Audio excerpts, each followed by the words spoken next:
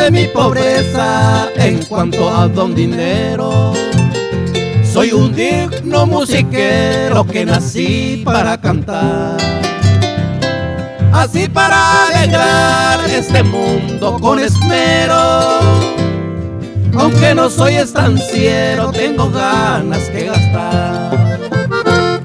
De hipocresía nada si no digo lo que siento.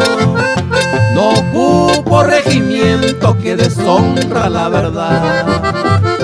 Voy por la sinceridad porque la trama disiento.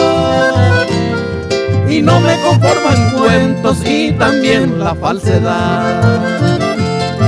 Abrazo a las personas que van con la transparencia, que cuidan sus excelencias con esa tranquilidad.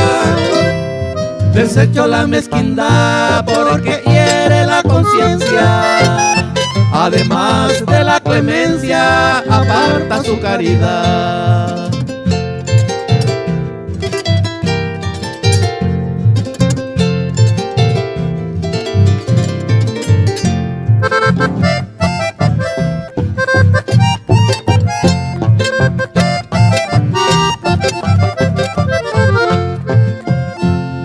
Quiero cantar con la gente esos himnos amorosos, emborracharnos de gozos en la cantina del bien, y apartarme también de los fulanos curiosos que con mentiras sollozo disimulan el querer.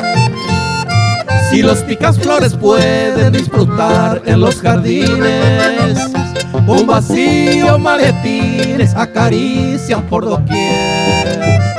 Hay hermanos sin el cien que consumen tallarines y otros sin espadines que la guerra pudo vencer. A pesar de mi pobreza yo disfruto de la vida, porque en mi alcancía hay de sobra el amor. Llevo paz en mi vagón que sulfura las heridas. Yo reparto alegrías que salen del corazón.